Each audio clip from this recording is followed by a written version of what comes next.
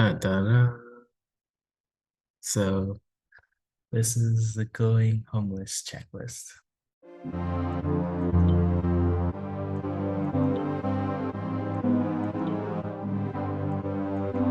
So before we begin, this video is for those that may have seen my last video and figured they want to follow in a similar footsteps as mine for whatever reason. So essentially, these are people who want to go homeless on purpose to pursue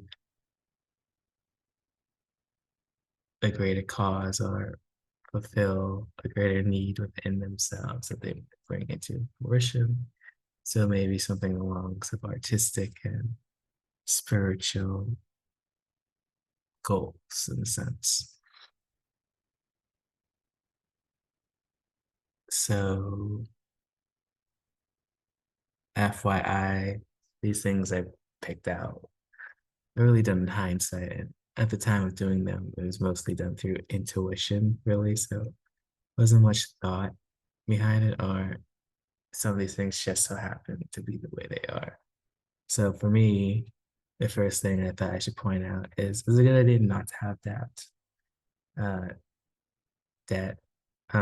You're not gonna be in a situation where you probably pay them off. And since you're pursuing art or whatever else, you're not going to want to take advantage of opportunities that are the same 9 to 5, except you're not paying for a place to stay. So you're trying to get, so you're trying to detach yourself from the world as much as you can, essentially. Be a monk for all I care, right? So then you want to look at where you want to go. Oh, also before I move on, not having that thing, it just so happens that I don't have that. I just didn't. I love my tertiary education was paid by through scholarship or government funding in general. So I didn't really have much debt. Don't use credit cards or anything. So pretty much a free agent here. Yeah, so where do you want to go? This was definitely that mostly by intuition. I looked at all this shelters and this one kind of stuck out to me. It's near the area I wanted to be where most of the art is where I'm at. So I figured it was a good place to go. I mean, some of you just might want to move to a different country, go this way, that way. It's whatever. Whatever feels good to you. The next thing I'd say is probably have a good idea of what you want to accomplish. And then beyond that, be open to any changes to what that goal may be. For instance, my main focus doing this was a focus mainly on music, but as time went on, I realized getting deeper into the ideas and observation of the things around me and recording it and posting it for others to see is a valid pathway for me to follow. I like it. It's cool. Don't know how long we'll be doing this for, how much I focus on it, but it's something I figured I'd do. So here I am.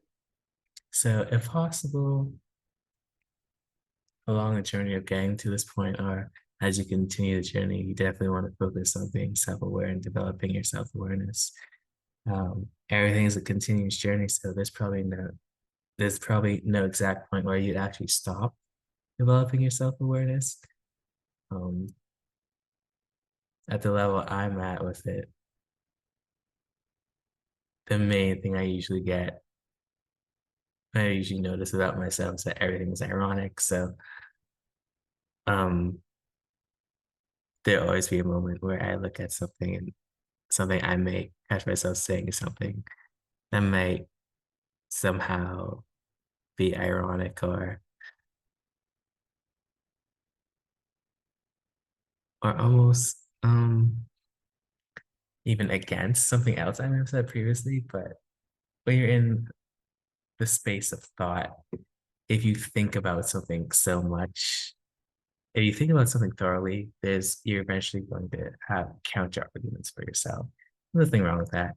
And I don't really think of it as hypocritical or antagonistic, more in the sense it's complementary. You have angles, supplementary and complementary. Well, there's always going to be two sides of the coin, and they're allowed to coexist. So don't overthink it, don't overthink things. I just try to be self-aware, pay attention to the things you say, pay attention to things you think, and go into why you say or think these things.